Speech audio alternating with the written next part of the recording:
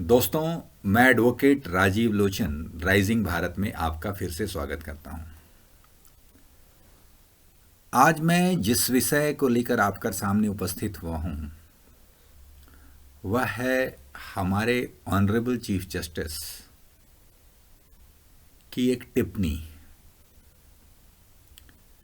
और यह इसलिए महत्वपूर्ण है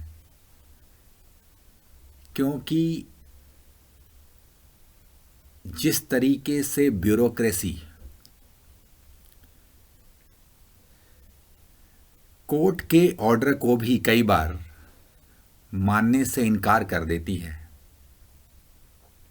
और उसका नतीजा आम आदमी को भुगतना पड़ता है। और इसीलिए आज यह हेडलाइंस या टाइम्स ऑफ इंडिया के फ्रंट पेज में हमारे ऑनरेबल चीफ जस्टिस की टिप्पणी थी कि executives tendency to ignore the court order a worry. Executives मतलब जो सरकारी ऑफिसर्स हैं, जो सरकार के अलग अलग पदों पे बैठे हुए जो लोग हैं, वो कई बार ऐसी हरकत करते हैं कि वो कोर्ट के ऑर्डर को भी समझने से इनकार कर देते हैं या उसके पालन से इनकार कर देते हैं। लेकिन इसके दोनों पहलुओं को समझना पड़ेगा। मैं इसको एक लाइव एग्जाम्पल के माध्यम से आपके सामने रखने की कोशिश कर रहा हूं। और हमारे कई वकील बंधु जो इसी तरह के अनुभव से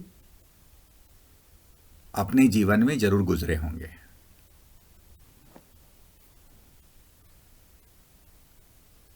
मेरे पास एक रांची हाई कोर्ट का मैटर जिसको मैं परसू कर रहा था, और उस मैटर में मेरी इंटरवेंशन या मेरी जो है इंट्रोडक्शन या मेरे उस कोर्ट की शुरुआत वहीं से हुई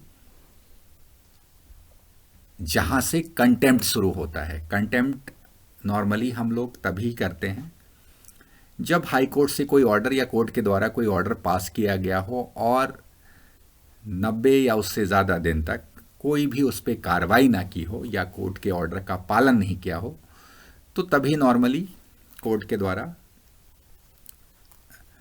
तभी जो कंसर्न लॉयर होते हैं, तो उस समय जो रेगुलर लॉयर थे उन्होंने, क्योंकि यह एक सैलरी से जुड़ा हुआ, शिक्षकों के सैलरी से जुड़ा हुआ मामला था, और इसका एक दर्दनाक पहलू की जिसकी चर्चा मैं आपके सामने करना चाहूँगा कि करीब करीब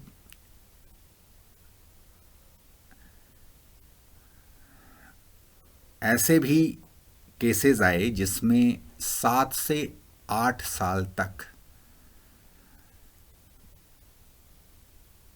रेगुलर काम करने के बावजूद भी सरकारी महकमा के द्वारा उन शिक्षकों की सैलरी को रिलीज नहीं किया गया। जिस मैटर को मैं परसुएट कर रहा था उस मैटर में भी ऐसे ही घटनाक्रम थी। करीब करीब नौकरी के 4 साल बाद तक भी सैलरी रिलीज नहीं की गई, और सैलरी रिलीज करने के बजाय इन किन प्रकारें कुछ बहाने देकर जो है एग्जीक्यूटिव्स, जो so called directors primary education थे, उन्होंने एक तरफ कोर्ट का ऑर्डर था कि उनको सैलरी दी जाए, उनकी सैलरी जो उनके पुरानी सैलरी है उनको जोड़कर दिया जाए और उनकी वेतन का शुरुआत की जाए, उनकी सैलरी देने की प्रक्रिया को शुरू कर दी जाए। लेकिन करीब करीब 3 महीने बीत गए, 6 महीने बीत गए, करीब 1 साल बीतने के बावजूद भी उन्होंने सैलरी रिलीज नहीं की। और एक इंटरेस्टिंग बात है कि उस दौरान उन्होंने इनफैक्ट कोर्ट के ऑर्डर को दरकिनार करते हुए दूसरे ऑर्डर भी पास कर दिए गए। तो जब मुझे इस मैटर का पता चला, जब याचिकाकर्ता हमारे पास पहुंचे, तो मैंने उनको ये सजेस्ट किया कि इस मैटर में कंटेम्प्ट बनता है और हमें कंटेम्प्ट के लिए जाना चाहिए। और फाइनली बाद में जो है कंटेम्प्ट की नोटिस के बाद जब ऑनरेबल जस्टिस ने उनको कोर्ट में बुलाया, बुलाने के बाद उनको डांट लगाई, तब जाके उन्होंने सैलरी को रिलीज किया। तो ये एक पहलू है कि जबकि कंटेम्प्ट हो गया, यहाँ पे हमारे कंटेम्प्ट में एक प्रोविज़न होता है कि आप एफिडेविट देते हो, अंडरटेकिंग देते हो कि हम इस प्रक्रिया को या जो कोर्ट के ऑर्डर को इतने दिन के अंदर में मानेंगे, और इस तरीके से उनको माफ़ कर दिया जाता है। लेकिन ये जो दूसरा पहलू है कि कितने लोग या कितने याचिकाकर्ता अपनी पिटीशन को कंटेम्प्ट तक लेकर जा सकते हैं, और इस प्रक्रिया में भी 1 साल से 2 साल लग जाता है। कई बार लोग वेट करते हैं कि कंटेम्प्ट में वो जा सकते हैं या नहीं जा सकते हैं। तो यह एक समझने वाली बात है कि कोर्ट के ऑर्डर को कई एग्जीक्यूटिव फॉलो नहीं करते हैं, और वो इंतज़ार करते हैं या वो इग्नोरेंट होते हैं, क्योंकि उन्हें ऐसा लगता है कि they can get away with it.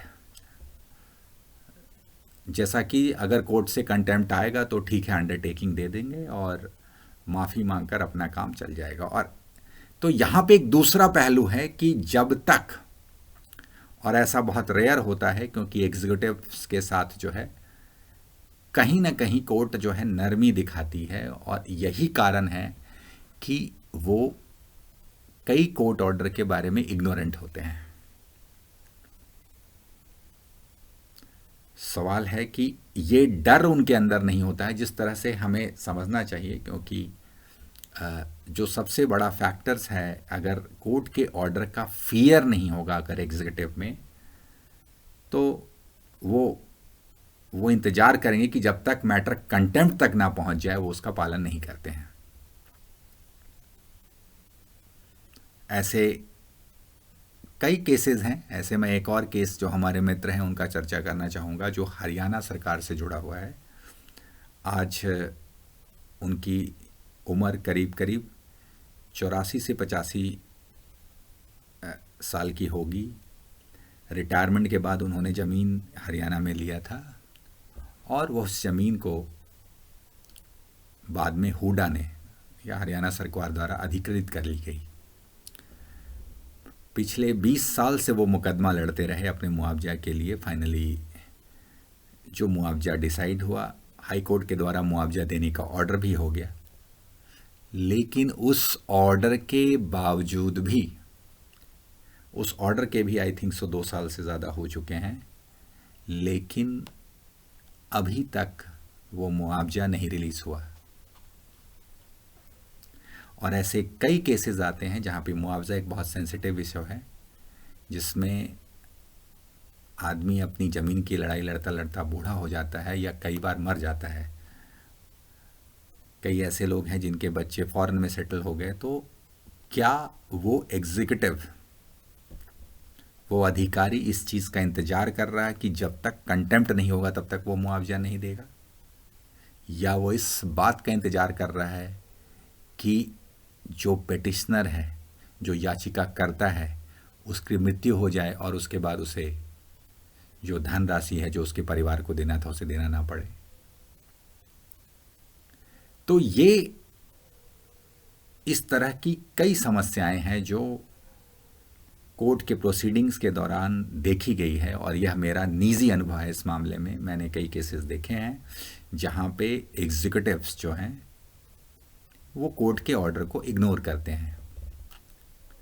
लेकिन साथ साथ यह मेरा विनम्र निवेदन जो है ऑनरेबल जस्टिस से भी रहेगा कि इस तरह के मामले में अगर हम सख्ती से पेश नहीं आएंगे, जब तक कोर्ट जो है एग्जीक्यूटिव के साथ आयरन हैंड से डील नहीं करेगा, क्योंकि वो हमेशा वो इस बात का इंतज़ार करते हैं, या कहीं ना कहीं जो सरकारी नौकरशाह हैं, जो ब्यूरोक्रेट्स हैं, उन्हें लगता है कि they can get away with it. और ऐसा देखा गया है कि वो कोर्ट में एक अंडरटेकिंग दे देते हैं या माफ़ी मांग लेते हैं, लेकिन इस दौरान जो याचिकाकर्ता, जिसको यातनाएं सहनी पड़ती है, जो ऑलरेडी उस कोर्ट के ऑर्डर को अचीव करने तक कि किन किन परिस्थितियों से गुजर कर वहां तक पहुंचता है, और उसके बाद वो अपने लिए ऑर्डर या जस्टिस लेता है, लेकिन उस जस्टिस का एग्जीक्यूशन फिर से वो ब्यूरोक्रेट्स के हाथ में हो जाता है। और अगर ब्यूरोक्रेट्स उसके लिए डिले करते हैं तो they should be penalized, or they should be punished under the provision of contempt। और इस मामले में जब तक कोर्ट कुछ एग्जाम्पलरी पनिशमेंट नहीं देगी, तब तक ये ब्यूरोक्रेटिक एटीट्यूड में चेंज नहीं आएगा। और जो फंडामेंटल प्रिंसिपल ऑफ जस्टिस है कि जस्टिस जो है वो न्याय होता हुआ, न्याय सिर्फ होना नहीं, न्याय होता हुआ दिखना चाहिए। तो यह न्याय होता हुआ तभी दिखेगा जब न्याय को करने वाले या जो एग्जीक्यूटर्स हैं वो सही समय पर लोगों को न्याय दे सकें। यदि आपको मेरा वीडियो पसंद आया, लाइक करें, शेयर करें और सब्सक्राइब करें। धन्यवाद।